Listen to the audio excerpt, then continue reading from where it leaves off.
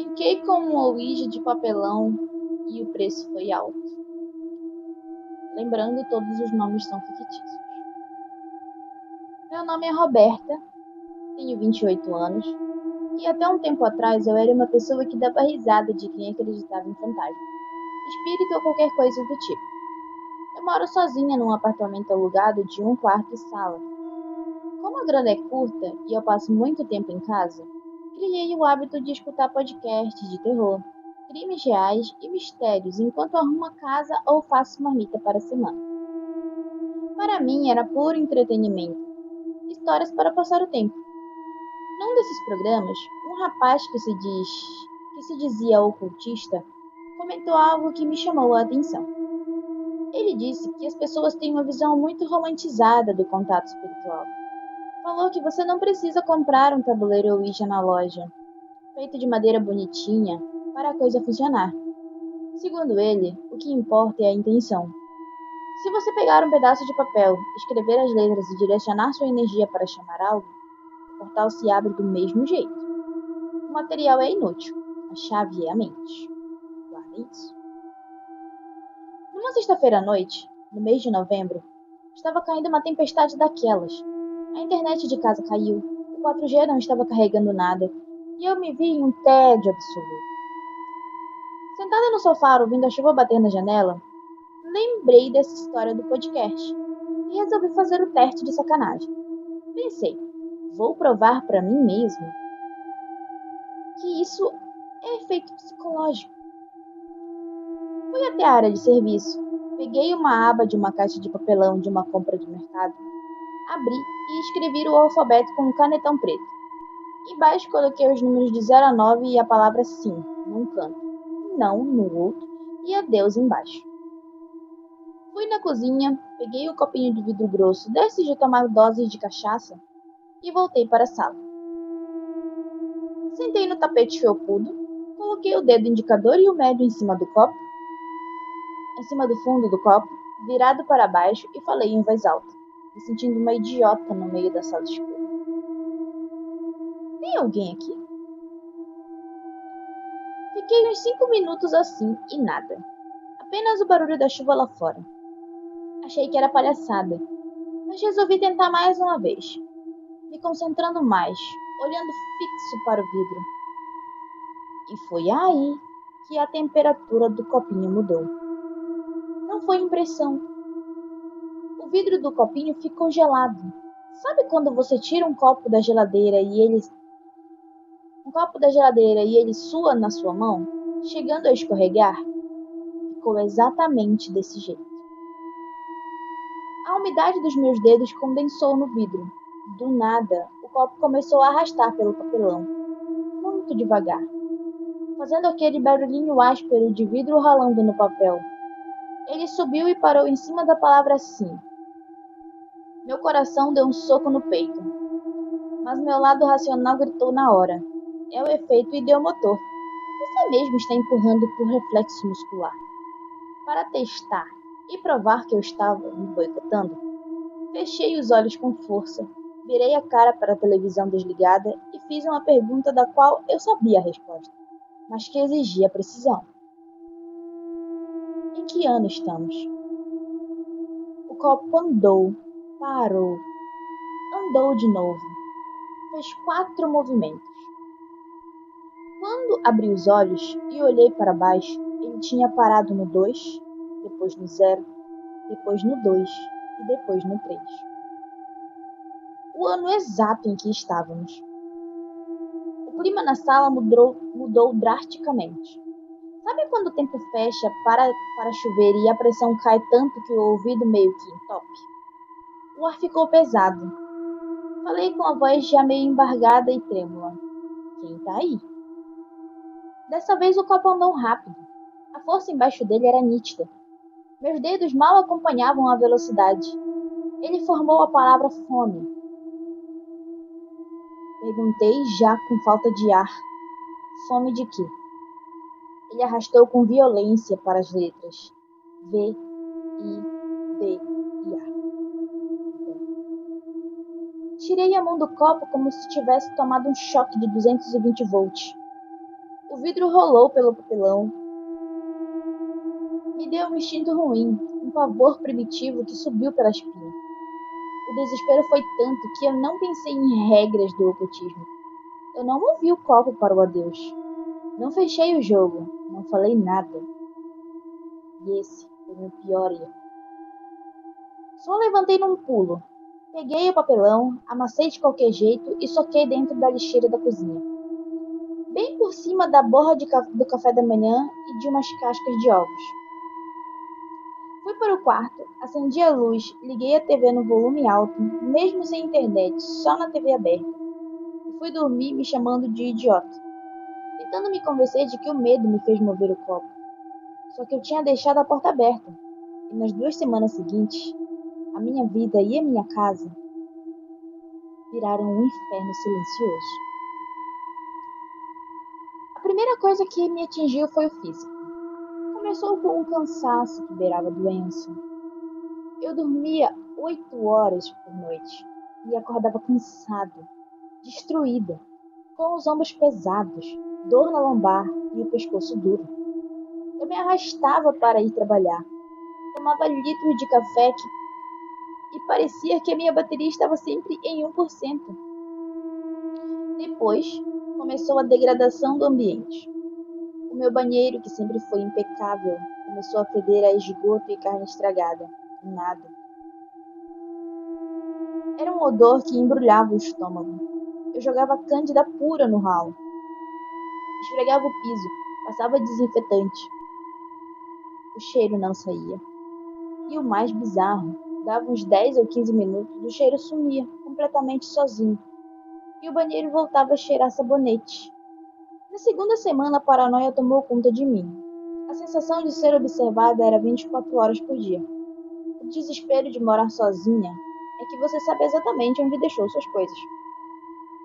A chave do carro, que eu sempre deixava no gancho da porta, aparecia debaixo da almofada do sofá. A porta do guarda-roupa amanhecia escancarada. Eu tomava banho de costas para a parede, olhando fixamente para o blindex do box, porque a intuição, aquele sexto sentido que avisa a gente do perigo, gritava que tinha alguém em pé no banheiro me observando. O arrepio na nuca era constante. Minha casa não era mais minha. Eu era uma intrusa ali. A pior noite da minha vida aconteceu exatos 15 dias depois da brincadeira. Era uma terça-feira de madrugada. Eu estava deitada na cama de barriga para cima, acordada mexendo no celular porque não conseguia pegar no sono de jeito nenhum. Do nada, o quarto ficou gelado. Mas não era frio de clima, era um gelo antinatural que parecia sair das paredes e cortar a pele. O silêncio na casa ficou absoluto. Não se ouvia nem o barulho dos carros na rua. Não se ouvia nem o barulho dos carros na rua. Eu não vi nenhum monstro. Não vi vulto, sombra, nem fumaça preta. Mas eu escutei. Eu escutei com uma clareza que dá náuseas até hoje.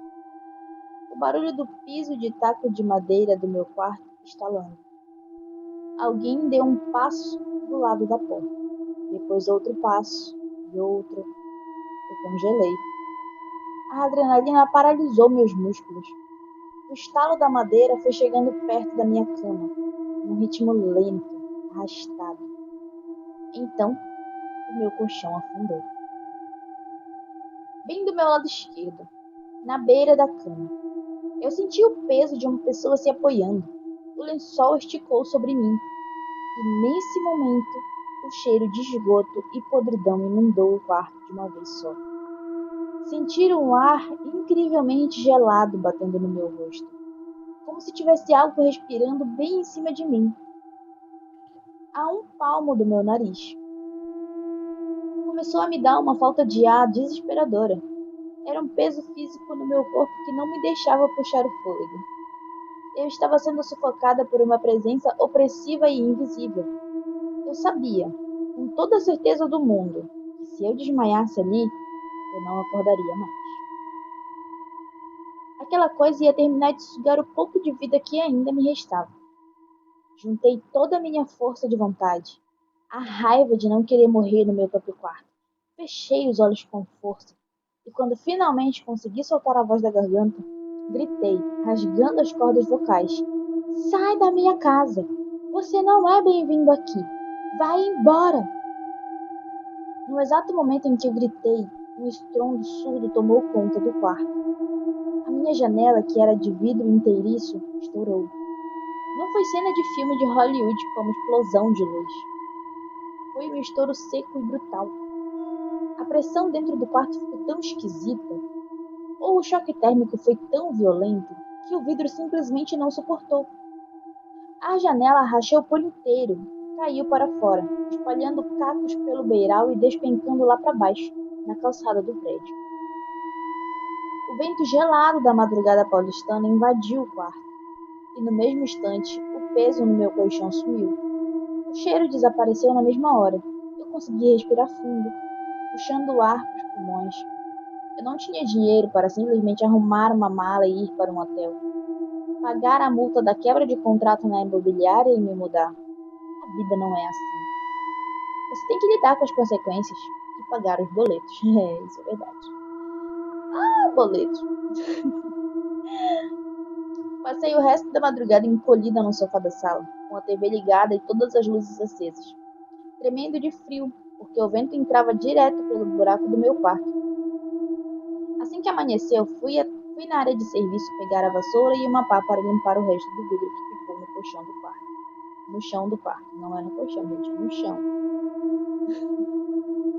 Quando passei pela cozinha, tomei um susto que me fez recuar um passo. A lixeira estava tombada. O pedaço de papelão com as letras de Ouija que eu tinha jogado lá 2 semanas antes estava estirado no meio do piso frio da cozinha. Imundo. Imundo de borra de café e terra velha. Como se alguém tivesse puxado ele lá do fundo. O copinho de vidro estava trincado ao lado dele. Eu me pergunto quem que não tira o lixo 2 semanas. Enfim. Voltando. Eu não chamei benzedeira, padre e nem pastor. Eu não tinha dinheiro e sentia vergonha da cagada que eu tinha feito. Decidi que eu mesma ia limpar a sujeira. Fui até a casa de produtos naturais do bairro. Comprei sal grosso, anil, um maço de arruda, alecrim e guiné. Cheguei em casa, juntei o papelão em uma sacola plástica, sem tocar direto nele.